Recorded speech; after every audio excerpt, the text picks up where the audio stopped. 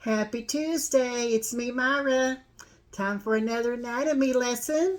If you recall, we've gone over the brain, we've gone over the cranial nerves, we've gone over the C-spine, thoracic spine, lumbar spine, pelvis, hip, femur, knee, tib fib, ankle, foot, breastbone, the clavicle, the scapula, the humerus, the elbow. Today's lesson is going to be on the forearm. We're getting closer to being down to the wrist and the hand. Yay! So glad you're here. If you haven't seen any of the other previous lessons, please go back and orientate yourself also to the medical terms. Very important. Without further ado, let's get started with the forearm.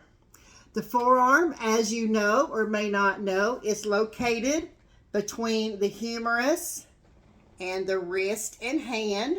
So we're going from where your elbow is here, proximal elbow, to the proximal to distal forearm, right here, all the way down right here, okay? So there are two bones that make up the forearm. And if you were on the lesson last week, you probably have seen that we're doing this in anatomical position, which means normally your arm is down by your side and your thumb is toward the inside.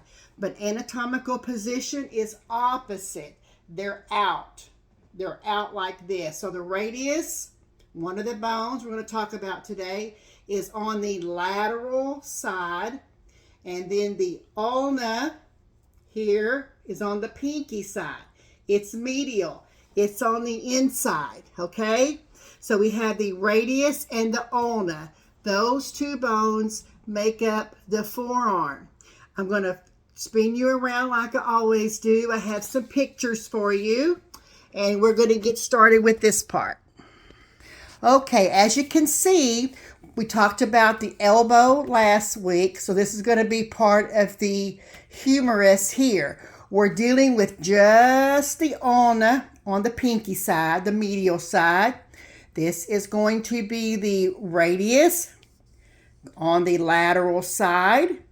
With part of the elbow, we talked about just this square area here. So just for review, here's the coronoid process of the ulna, the ulnar tuberosity. Over here on the lateral side, here is the articular circumference of the head of the radius. Here is the head of the radius, neck of the radius, coming down, the radial tuberosity, coming down, lateral border of the radius, and then this is the process of the radius. Styloid process here of the ulna, we're distal now. Anterior border of the ulna, anterior border of the radius. Once again, ulnar tuberosity. Those are the major things that are on the radius and the ulna. Let's get going with the next one. See what we have. This is some of the muscles, ligaments, and tendons. Don't want to get too in depth for our purposes, but if you listened to the lecture last week, we talked about the bicep. We have to know the bicep goes from the shoulder down to the elbow. So we must know if there's suspected tear, which area of the bicep is of concern. So here is the distal bicep brachii, tricep medial head, medial epicondyle of the humerus, tendon of the biceps brachii, pronator teres, brachial radialis, extender carpi, radius longus. These are just the ligaments and the tendons. The flexor reticulum, pronator quadratus, palmar, we're in the hand now, palmar aponeurosis, flexor digitorum, which probably it goes, if you can see, it goes to the fingers. If you follow this tendon, you can see it goes through 5, 4, 3, and 2. The thumb has its own, okay? Flexor carpi ulnarius, it's on the ulnar side. Palmaris longus, you can follow it there, okay? There is the tendons of the forearm. Next, going over. Now, we're looking down. So this is the ulna up here, okay? As you can tell, we talked about the brachial artery in the last lecture. Also, we talked about the radial. We talked about the medial, okay? So let's just go a little bit further. Inferior ulnar collateral artery. Collateral because it branches off of the brachial. It's a collateral, okay? Radial recumbent artery. Posterior interosseous artery there. Radial artery, and we know it's radial because it goes to the thumb side, okay? Anterior ulnar recurrent artery, common interosseous artery, anterior interosseous artery right there, and the ulnar artery, and we know that because we follow it, it's on the pinky side. It's on the pinky side. Let's go on to the next diagram. This is an X-ray, an AP, and a lateral view. Specifically, it's the right because we know there's a right marker. And we also know because when we lay our right hand down, it's going to be opposite of what we think, okay? Now, the scaphoid, I don't want you to worry too much about the wrist bones because we're going to be going over those next week. But just suffice it to say that is the scaphoid, and the scaphoid is on the radial side, okay? Also the lunate. Lunate is there. It's also a carpal bone or wrist bone, same thing. We have the ulna styloid. We have the radial shaft. We have the ulna shaft, the long part of the bone. Once again, we've gone over this already with the elbow, but we have the radial bicep tuberosity. That's where the bicep attaches.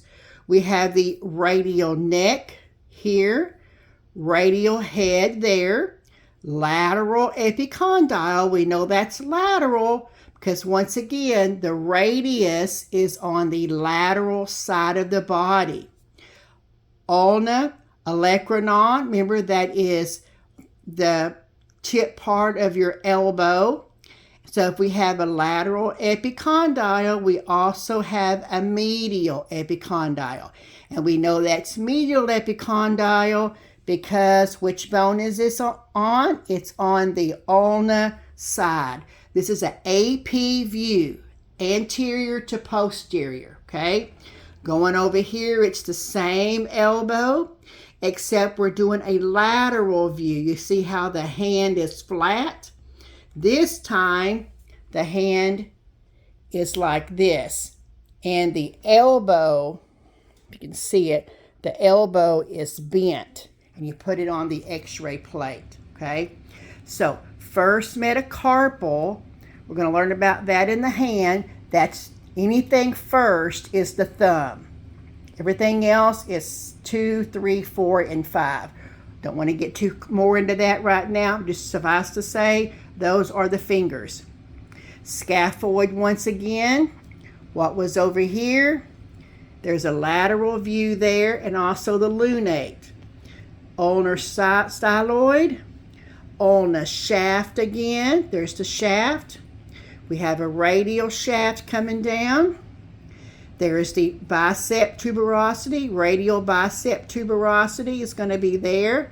Once again, radial neck, radial head, the trochlea of the humerus, the ulna olecranon, that little bumpy part of your elbow where you hit sometimes and it kind of sends a shock. We learned last week that's the ulnar nerve. This is the ulna olecranon, and then the humerus shaft is here. It goes way up. But for a forearm x-ray, this is as much information on one radiograph as we need. Last but not least, I wanted to show you a little bit of pathology. I have talked to you before about what was called giant cell tumor.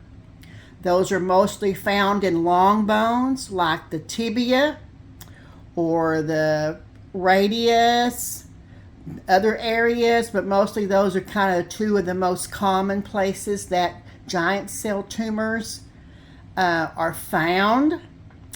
Giant cell tumors are benign, which means they are not cancerous. They just kind of pop up out of the blue. And the reason why I'm showing you this particular pathology is because I am a patient that once had a giant cell tumor just like this in the same exact spot. I have a scar here. Now this appears to be a left wrist, left radius on the left side. Mine was on the right. So radius will be here, ulna's on this side, okay? This is a giant cell tumor. And what happens is it kind of starts invading the bone, and it has to be removed. It's very aggressive, which means it can start out small and before you know it, it's this big or even bigger. Now, in my case, I was a few weeks pregnant back in 1996, and when I discovered my giant cell tumor. The symptoms that I had to even know that I had anything wrong with my wrist was I was trying to open up a can, a vegetable of something, and I couldn't move my wrist. I couldn't do that turning motion with the handheld can opener. It was weak. I just couldn't do it. So I just went to my primary care doctor, which referred me to an orthopedic hand and wrist specialist. He took an x-ray and said, "Oh yeah, you have a giant cell tumor." Of course, I was scared to death, thought it was cancer. I was already pregnant, didn't know how it was going to affect my unborn child, and had a lot of testing done, CAT scan, MRI, nuclear medicine to see if there was any more spots in the rest of my bones throughout my body. And subsequently, I lost that pregnancy. So after they determined that I had lost the pregnancy, they decided it was time. They couldn't wait anymore for me to have surgery to go in and scrape this tumor out of my radius and pack cadaver bone. If you know what cadaver means, the person has donated their body to science and they took a little bit of bone from either their wrist or another area of their body, and they think of it like an ice cream scoop. They scooped out the tumor, and to replace the hole, they put bone, someone's actual bone, inside my wrist, which hence why I have the scar I have right there. Packed it, and then put me in a cast for several weeks, physical therapy to get my strength back in my wrist. And I went back to work, and that was in 1996. I am doing fine. Most people do not have recurrence. It can happen, although, but most people, once they had the giant cell tumor removed, then they're good to go once the surgery is done, and your recovery period, your casting and all that stuff, and then you're good. So I just wanted to share a little bit of my story, and also, when we were doing the radius and the ulna, and this is one pathology that not a lot of people see. Mostly it's the usual breaks and the pinnings and the screws and the plates and all that. I just found this interesting, and once again I wanted to share my story as to what a giant cell looks like. Once again, it's benign. How you do recover from that. It's not a death sentence like I thought it was when I was first told I had a tumor in my body. And anyway, enough of that. I will end this lecture for now, and we will go over the wrist, these 8 bones here, next week. Have a good day, and I will see you next week.